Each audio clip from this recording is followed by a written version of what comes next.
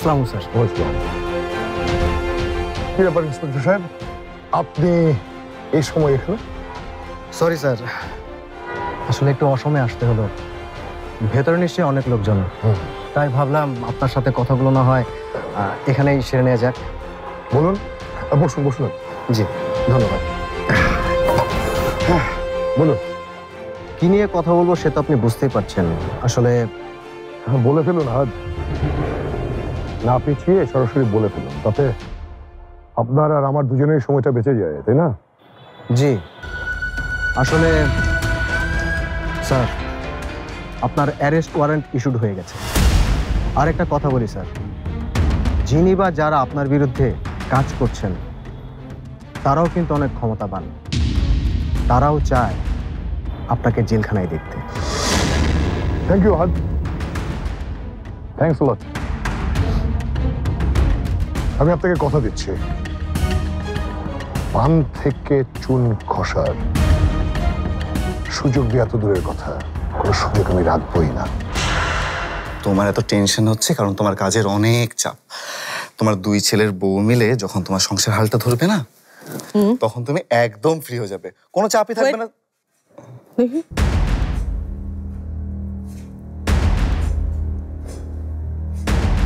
কাঁচা হলুদ একদম গালে উঠে গেছে, ভালো তো। তাহলে আজকাল তোমার বাবার কাগজপত্রের সাথে কাঁচা হলুদও থাকে, তাই না? ভালো। মিতু তাহলে আশঙ্কাটা ভুল করেনি। আমি আসলে তোমার উপরে অকারণেই বিশ্বাস করেছিলাম ইরফান। তবে ইরফান, প্রথম হলুদটা কিন্তু তুমি তোমার বাবার হাত থেকে নিতে পারতে। সন্তান হিসেবে এতটুকু সম্মান তোমার বাবার তোমার কাছ থেকে প্রাপ্য। হঠাৎ করে আমি কোন পরিবারে যাব বিয়ের কথা বলতে? এমন যদি হয়, ধর তোদের কারোর সাথে যেয়ে কথা বলা লাগলো না, মনে কর সব রেডি আছে। মানে কি বলছেন বুবু? আমি তো আপনার কথার কিছুই বুঝতে পারছি না। সব কিছু রেডি আছে মানে? আমি তো না বোঝার মতো কিছু বলিনি সাইমা। আরে আমি মিথিলার কথা বলছি। মিথিলার পল্লব? কি বলেন? এতে এত অবাক হওয়ার কি হলো সাইমা? আমি মেয়ের মা হয়ে যখন নিজে বলছি, তাতে তোমাদের চোখ কপালে ওঠার কি হলো? না না না না, এখন কি সেই আগের যুগ আছে নাকি? হুট করেই এরকম একটা বিয়ের সিদ্ধান্ত নিয়ে নেওয়া যায় না। অনেকক্ষণ ধরে তোমার কথা শুনছি। এত ধোঁয়াশা না করে স্পষ্ট করে বলো কি হয়েছে। দেখুন, আমি স্পষ্ট করে বলবো বলেই এসেছি। আমার ভাইয়ের সাথে, আমার পরিবারের সাথে আজ যা যা কিছু ঘটেছে, তার কিছু পাওনা তো আমারও চুকাতে হবে। পারি, আমি কিছুই বুঝতে পারছি না। তুমি এভাবে কেন সবার সাথে কথা বলছো? বোঝো না ব্যাপারটা ইরফান? নাটক শুরু করেছে, নাটক। ওরা সবাই মিলে আমাদের সাথে নাটক করছে।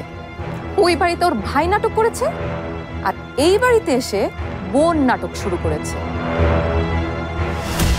ভালোই হয়েছে ইরফান, এমন অভিনয় জানা বাড়ির মেয়েকে তুমি পছন্দ করেছো।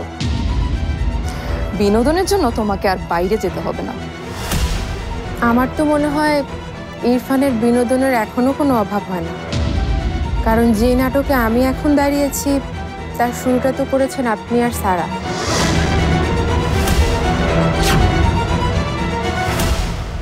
সারা, তুমি না হয় এবার বলো কোনটা ফালতু কথা আর কোনটা ফালতু কাজ। স্পষ্ট করে সবাইকে বলে দাও আমার ভাইয়ার এই অবস্থার জন্য আসলে কে দায়ী।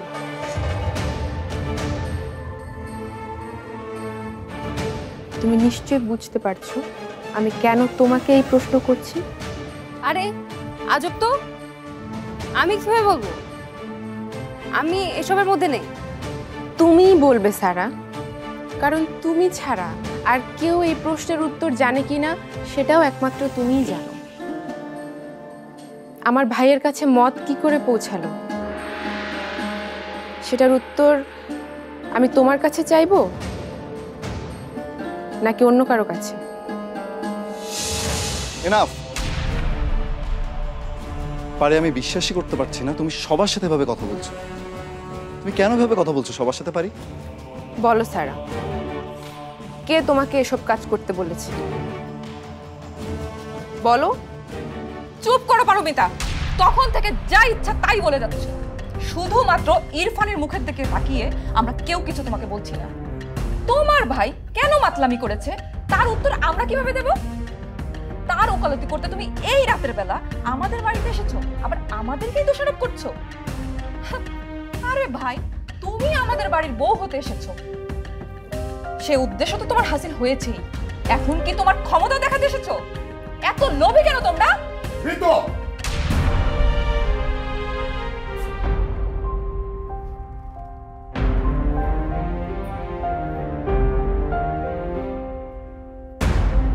পারমিতার সঙ্গে তুমি এভাবে কথা বললে কোন সাহসে? ভুলে যেও না, পারমিতা এখন এই বাড়িরই একজন। এই পরিবারে পারমিতার অবস্থান তোমার চাইতে এক চুল কম নয়। এখন থেকে পারমিতার জায়গা আর তোমার জায়গা এই পরিবারে একই। হঠাৎ কি এমন হলো বলো?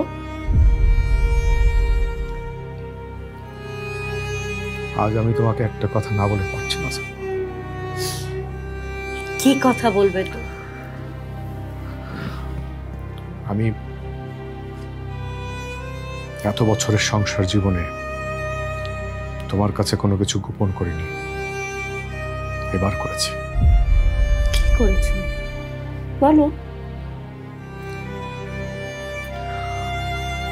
আমি লোন করেছি।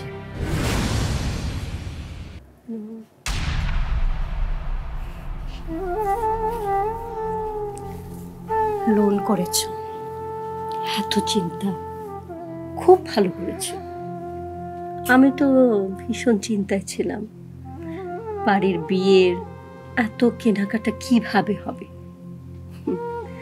তুমি এক কাজ করো, সামনের মাসে যখন বেতন পাবে টাকাটা শোধ করে দিও, পুরোটাই। সাইমা, আমি ব্যাংক লোন করেছি 5 কোটি টাকা।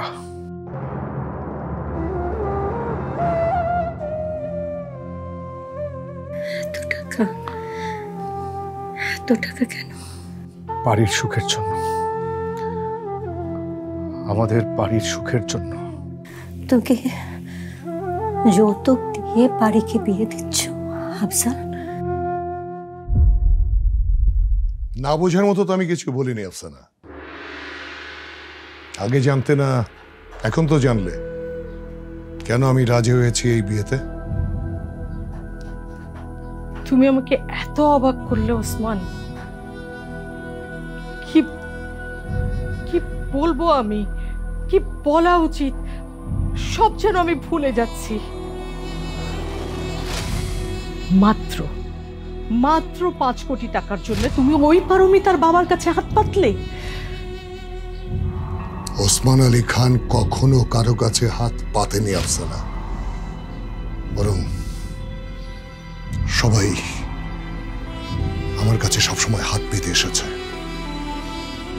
যেমন হাত পেতেছে আফজাল সিদ্দিকী তার মেয়ের জন্য, খালি হাতই পাতেনি, রীতিমতো কাকুতি মিনতি করেছে। আমি বিজনেসম্যান, আমি অন্তত এটা বুঝি কোন মৌসুমে কোন পণ্যের বাজার দর কত হতে পারে। তাই বলে ওই পারমিতা ওই পারমিতার বাবা ওদের কাছে। আফসানা, কাছের মানুষরা যখন দূরে সরে যায়, আপনরা যখন পর হয়ে যায়, তখন কি বা করার থাকে বলো?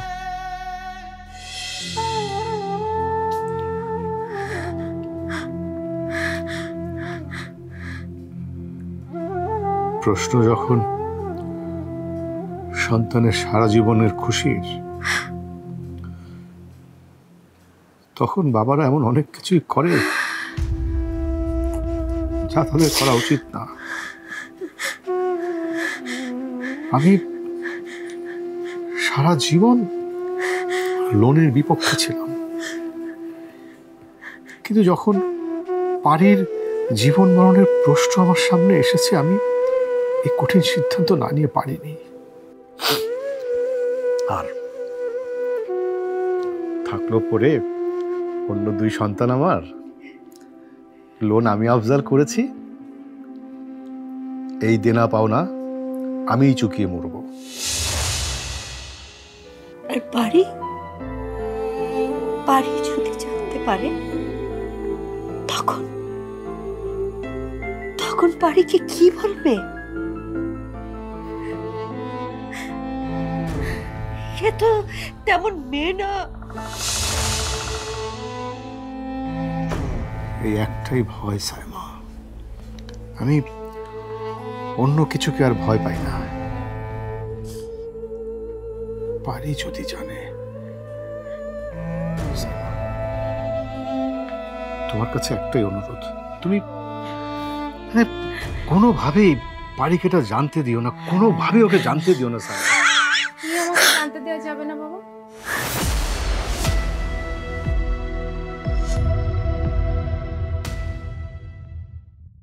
তুমি কি সভ্যতা ভব্যতা একদম ভুলে গেছো? এই বিয়েতে আমরা কেউই খুশি নই, কিন্তু তাই বলে সেটা সবার সামনে প্রকাশ করাটা না এক ধরনের অসভ্যতা। তুমিও যখন খুশি না মা, তাহলে এই বিয়েটা আটকালে না কেন? আমার বন্ধু বান্ধবরা এটা নিয়ে কি হাসাহাসি করবে তুমি জানো না। ওরা যে কি পরিমাণ প্যারাটা দিবে আমাকে। শোনো সারা, তুমি এখন অনেক ছোট, অনেক সময় কি করতে হয় জানো? খুশি না হলেও খুশি হবার ভান করতে হয়। দরকার হলে নিজের সব থেকে অপছন্দের কাজটা না হাসি মুখে করতে হয়। বড় হও, সব বুঝতে পারবে। যথেষ্টই বড় হয়েছে আমি, আর এটাও বুঝতে পারছি যে তুমি, বাবা, তোমরা সবাই সবাই ওই পারমিতার কাছে হেরে গেছো। 2 পা পিছিয়ে যাওয়া মানে কিন্তু হেরে যাওয়া নয়। আর তুমি তো খুব ভালো করেই জানো না, বনসাই করতে হলে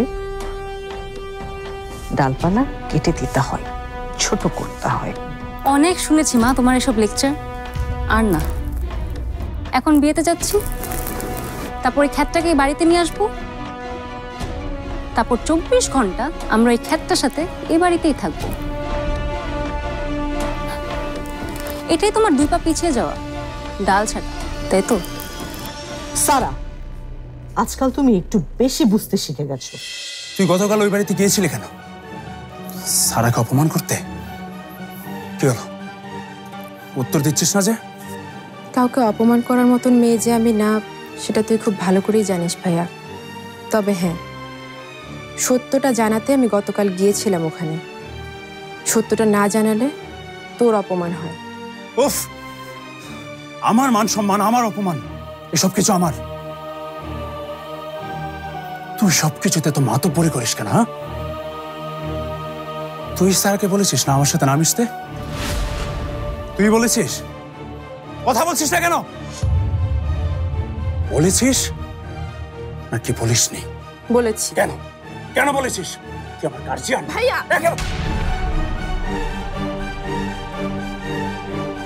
আমি কার সাথে কথা বলবো আর কে আমার সাথে কথা বলবে, এসব কিছু আমার মাথা ব্যথা, তোর না। ভাইয়া তুই বুঝতে পারছিস না ভাইয়া, এসব কিছু সারা আর মিতু ভাবির প্ল্যান। তোকে, আমাকে, আমাদের পুরো পরিবারকে ওরা সবার সামনে ছোট করতে চেয়েছে।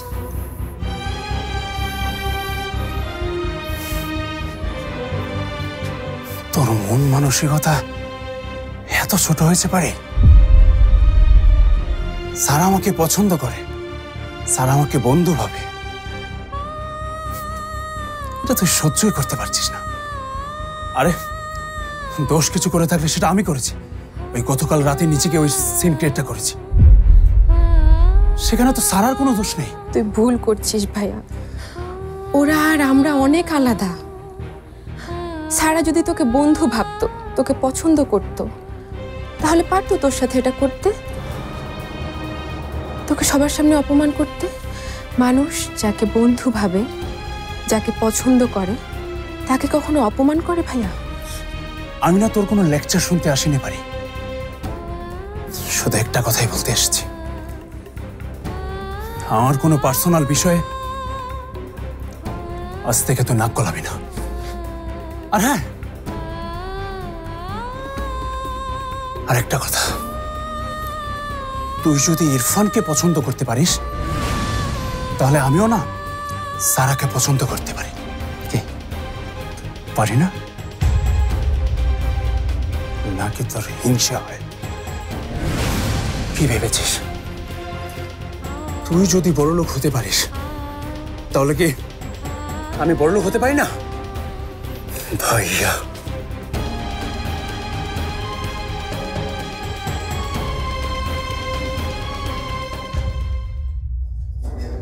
তুই কিন্তু ভুল করছিস ইরফান।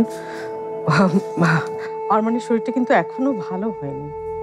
তুমি চিন্তা করো না, ভাইয়ার খেয়াল আমি নিজে রাখবো। তাই নাকি ইরফান? তাহলে আমাদের উপর তোমার ভরসাটা আর একদমই নেই। কিন্তু এতদিন তো তোমার ভাইকে আমিই দেখে রাখলাম, তাই না? তা হয়তো দেখেছো, কিন্তু এটাও তো সত্যি যে একটা মানুষকে তোমরা দিনের পর দিন ঘরে বন্দি করে রেখেছো, কোথাও নিয়ে যাওনি তাকে।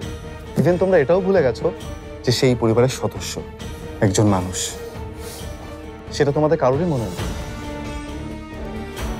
মা, আজ আমার জীবনের বিশেষ একটা দিন, আর আমি চাই আমার এই সুন্দর মুহূর্তে আমার পরিবারের সবাই আমার পাশে থাকুক, ইভেন ভাইয়াও। কিন্তু তোর বাবা? মা, বাবার সাথে আমি কথা বলে নিয়েছি, আর বাবার ভাইয়ার যাওয়ার ব্যাপারে কোনো আপত্তি নেই। আশা করি তোমাদেরও কারোর কোনো আপত্তি নেই।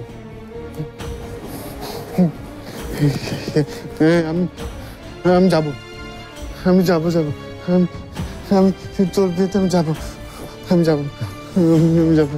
নিশ্চয়ই যাবে ভাইয়া। মা, তাহলে কি আমি ইস্তিয়াক ভাইকে আসতে বলবো? মানে বিপদ আপদের কথা তো আর বলা যায় না। উনি থাকলে আরমানকে নিয়ে আমাদের আর কোনো চিন্তা করতে হবে না। বুঝেন না এই ব্যাপারটা? তোমাদের যা খুশি করো,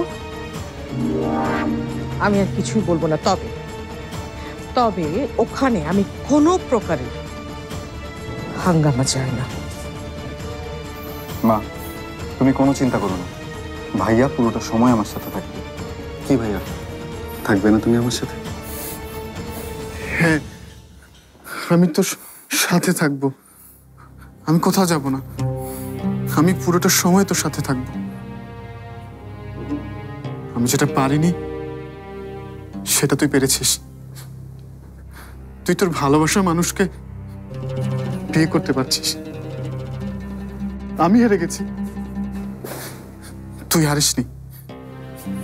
তুই জিতে গেছিস, তুই জিতে গেছিস। হ্যাঁ,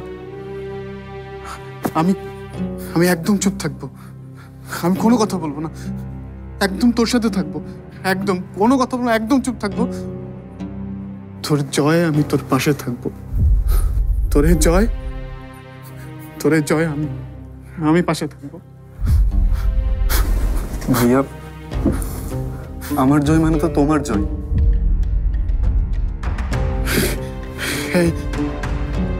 তোর জয় মানে তো আমারও জয় ভাই।